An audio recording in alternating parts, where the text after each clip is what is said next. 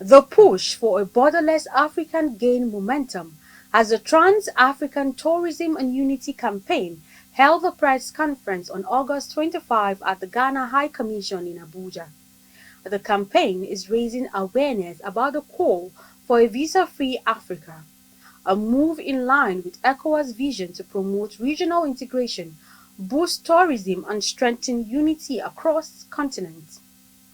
It is rather unfortunate that only a few African countries, such as Benin, the Gambia, Rwanda, and Seychelles, offer complete visa-free entry to all Africans. However, many more countries have visa-free agreements with specific nations or provide visa-on-arrival options. Recently, Kenya abolished visa requirements for most Africans to promote intra-continental travel and integration. And our mission is very clear, distinguished ladies and gentlemen.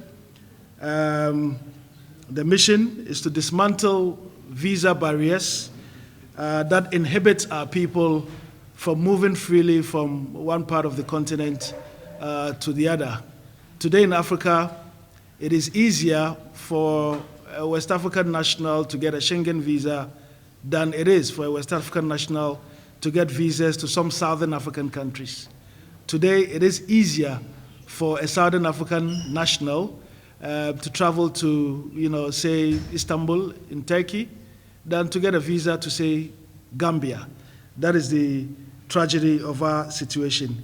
And so we are looking forward to dismantling the visa barriers that fragment our continent, that stifle tourism, and that hinder the free movement of 1.4 billion Africans. The AU is hoping that by the year 2063, Africa would be visa-free and borderless.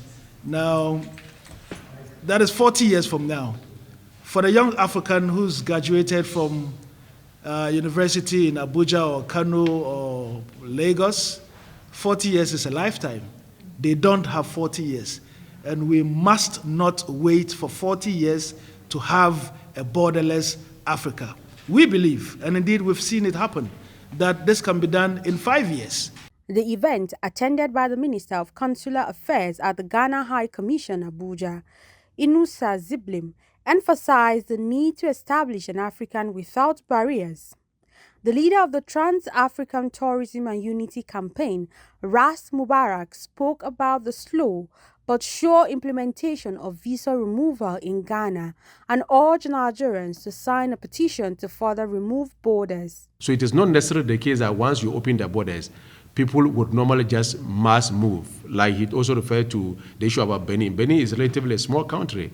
They have, some type of entry where all Africans can just travel either by road or by air and be stamped on arrival in Benin. But not all Nigerians have moved to Benin because it has a free visa system. So I don't think that really is backed by the data. So I think a number of factors were raised. Like I said, one, for government to reduce the tax, and then two, for airlines also not to exploit, the fact that they run monopoly and to increase the taxes, but also because of low intertrade and inter-African movement.